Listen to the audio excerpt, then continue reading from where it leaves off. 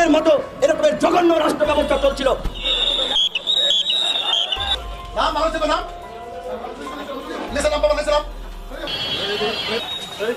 বিএনপির লড়াই চলমান জানিয়ে দলটির স্থায়ী কমিটির সদস্য গয়েশ্বর চন্দ্র রায় বলেছেন, নানা প্রেক্ষাপটের কারণে আন্দোলনের ধরন দেখে কৌশল পরিবর্তন করতে হয়, ফলে সরকার বদলের শান্তিপূর্ণ আন্দোলন করতে হচ্ছে। সরকারের পতন হবে।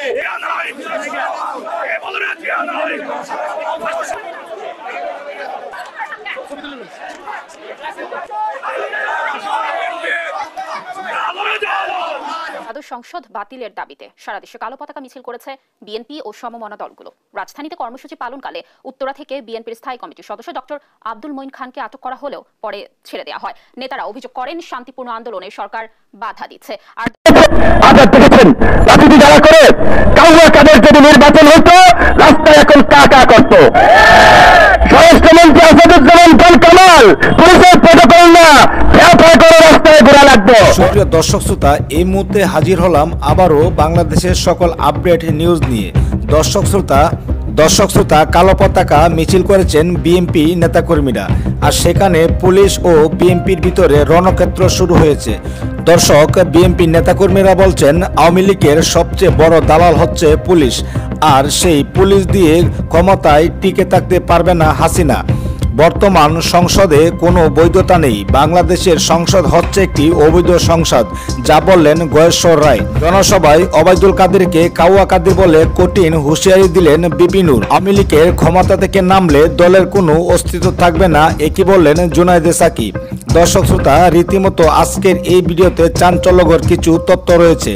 ইতিমধ্যে আপনারা ভিডিও শুরুতেই কিছু ভিডিও শিরোনাম দেখেছেন, সম্পূর্ণ ভিডিওটি রয়েছে আজকের এই ভিডিওতে প্রমাণ সহকারে। দর্শক, কে কোন জেলা থেকে আজকে আমাদের এই নিউজটি দেখছেন অবশ্যই কমেন্টস করে জানাবেন। দর্শক শ্রোতা, আমরা সেই ভিডিওতে চলে যাব। সেই ভিডিওতে যাওয়ার আগে সবার প্রতি ছোট্ট একটি রিকোয়েস্ট থাকবে, আপনি যদি আমাদের এই চ্যানেলের নতুন ভিউয়ার্স হয়ে থাকেন, দয়া করে প্রতিদিন সবার আগে আপডেট নিউজগুলো পেতে আমাদের এই চ্যানেলটি সাবস্ক্রাইব করে রাখুন ও কষ্ট করে ভিডিওটি একটু শেয়ার করে দিন। একটি লাইক দিয়ে দেখতে থাকুন সম্পূর্ণ ভিডিওটি।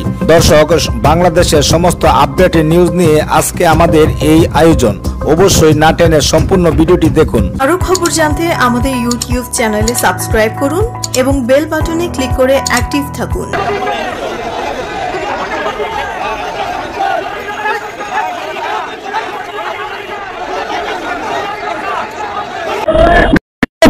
আজাদ দেখেছেন রাজনীতি যারা করে কাউয়া কাদের যদি নির্বাচন হতো রাস্তায় এখন কাকা করত।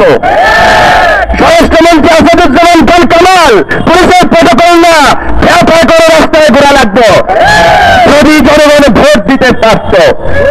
কাজে আজকে আপনারা জনগণকে ভয় পেয়ে জনগণের ভোটের অধিকার কেড়ে নিয়ে গুন্ডা মাস্তানদের দিয়ে সংসদ দখল করে আজকে বাংলাদেশের ইতিহাসের কলঙ্কিত অধ্যায় রচনা করেছেন। তার প্রতিবাদ আমরা করতে চেয়েছিলাম, পুলিশ নেমে দিয়েছেন, দলীয় গুন্ডা মাস্তান নেমে দিয়েছেন। এইভাবে কতদিন পারবেন? পৃথিবীর ইতিহাসে সম্ভব হয়নি।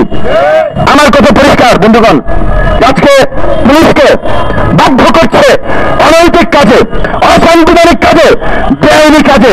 অনেকে বলছেন ভাই না করলে তো চাকরি থাকবে না, কি করবো, আমাদের করতে হয়। তো আমি আপনাদেরকে বিনয়ের সাথে জিজ্ঞাসা করতে চাই, এই ভাই সামনের স্লোগান থামায়, স্লোগান দৌড় দিচ্ছ যে আজকে আমরা এখানে যারা আছে এদের সামনে ঢাকা বিশ্ববিদ্যালয়ে সে ফিলোসফি থেকে পড়েছে, ইসলামিক স্টাডিজ থেকে পড়েছে, ব্যাংকিং এন্ড ইন্স্যুরেন্স থেকে পড়েছে, আমি ইংলিশ ডিপার্টমেন্ট থেকে পড়েছি, সে জাতীয় বিশ্ববিদ্যালয় ঢাকা কলেজ সাত কলেজ থেকে পড়াশোনা করেছে, সে ঢাকা ইউনিভার্সিটি থেকে পড়াশোনা করে এখন ল পড়ছে, অনেকে চট্টগ্রাম বিশ্ববিদ্যালয় থেকে পড়াশোনা